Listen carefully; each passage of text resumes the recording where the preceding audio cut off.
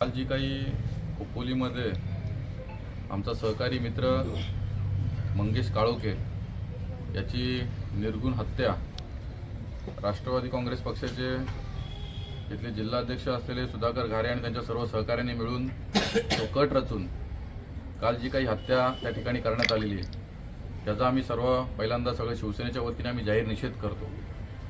कालची घटना घडल्यानंतर खोपोलीमध्ये अतिशय शिवसैनिकांमध्ये तणावाचं वातावरण त्या ठिकाणी निर्माण झालं होतं। पोलिसांनी सुद्धा आम्हाला त्या ठिकाणी आश्वासन दिलं की त्या सर्व जे काही त्याच्यामध्ये आरोपी आहेत त्यांच्यावरती कठोरात कठोर कारवाई करून आम्ही त्यांना जेलबंद करू।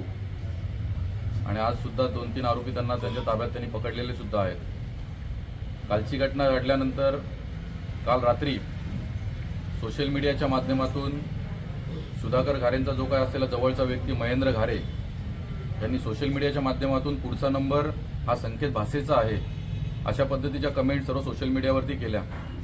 त्यामुळे संपूर्ण आमचे सर्व शिवसैनिक असतील आज कर्जत पोलीस स्टेशनला भेट देण्यासाठी या ठिकाणी आले। सुधाकर घारे आणि त्याचे सर्व सहकारी मिळून अतिशय दहशतीचं वातावरण तयार करून काल खोपोलीतली जी काही घटना झाली आणि याच्यापुढे कर्जतची घटना करण्याचा त्यांचा प्रयत्न असू शकतो। त्यामुळे माझं संपूर्ण पोलीस प्रशासनाला या ठिकाणी आव्हान आहे, नम्र विनंती आहे की महेंद्र घारेंनी जी काही आता कमेंट केलेली आहे की पुढचा नंबर हा संकेत भासेचा असू शकतो, तर कालच्या नंबरमध्ये सुद्धा महेंद्र घारेचा समावेश होता का याची सुद्धा सखोल चौकशी या संपूर्ण पोलीस प्रशासनाच्या माध्यमातून झाली पाहिजे। आणि सुधाकर घारे आणि जे काही त्यांचे सहकारी मिळून हा जो काही कूटनीतीचा डाव रचतायत, कठोर नीतीचा जो काही इथे प्लॅन करण्याचा जो काही प्रयत्न करतायत त्याला आम्ही जाहीर निषेध करतो। आम्ही सुद्धा शिवसैनिक आहोत, त्याच्यामुळे जे काही सुधाकर घारेने जे काही चुकीच्या पद्धतीने जाऊन आमच्या लोकांवरती हल्ले करून जे काही करण्याचा प्रयत्न करतायत हे त्यांनी थांबवावं हे या व्हिडिओच्या माध्यमातून मी त्यांना आवाहन करतो।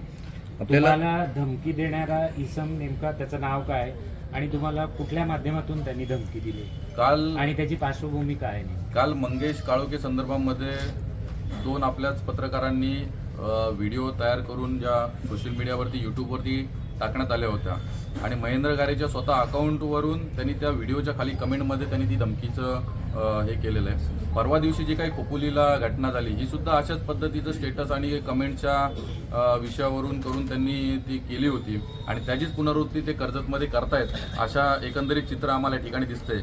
त्यामुळे जो काही महेंद्र घारे आणि त्याला पाठिंबा देणारा सगळा सुधाकर घारे हे सर्व मिळून हे सगळे एकत्रित पद्धतीने ते डाव रचतायत आणि हा जो काही चुकीच्या पद्धतीने त्याने जायचा जो पायंडा या ठिकाणी पडताय हा अतिशय चुकीचा आहे आणि पोलीस प्रशासनाने यांच्यावरती कठोरात कठोर कारवाई झाली पाहिजे।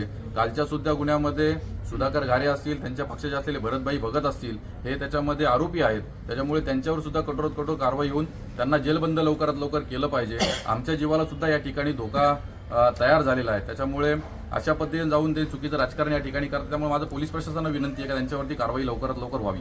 आपल्याला पोलिसांना निवेदन दिलंय, पोलिसांनी नेमकं तुम्हाला काय आश्वासित केलं? आता महेंद्र घारे संदर्भामध्ये आम्ही ही जी काही कमेंट त्यांनी ह्या व्हिडिओच्या खाली केली होती त्यावरून आम्ही पोलीस प्रशासनाला या ठिकाणी पत्रव्यवहार केलेला आहे की आता त्याच्यावरती FIR सुद्धा या ठिकाणी घेत आहेत आणि त्यांनी आम्हाला आश्वासन दिलेलं आहे की महेंद्र घारेवरती आम्ही लवकरात लवकर कारवाई करू आणि जे काही कालच्या याच्यामधले आरोपी जे होते सुधाकर घारे असतील आणि भरतभाई भगत असतील त्यांना लवकरात लवकर जेलबद्ध करण्यामध्ये आम्ही प्रयत्नशील राहू।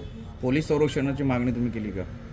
नाही, पोलीस आमचे शिवसैनिकच आमच्यासोबत पाठिंब्याने आहेत। पोलीस आम्हाला ते संरक्षण देतीलच आणि आम्ही कुठल्याही चुकीच्या मार्गाने त्या ठिकाणी काही जाणार नाही आहोत। त्यामुळे त्यांनी जे काही कालपासून जे चालवलं हे थांबवावं ही आम्हाला या माध्यमातून विनंती आहे। थँक्यू।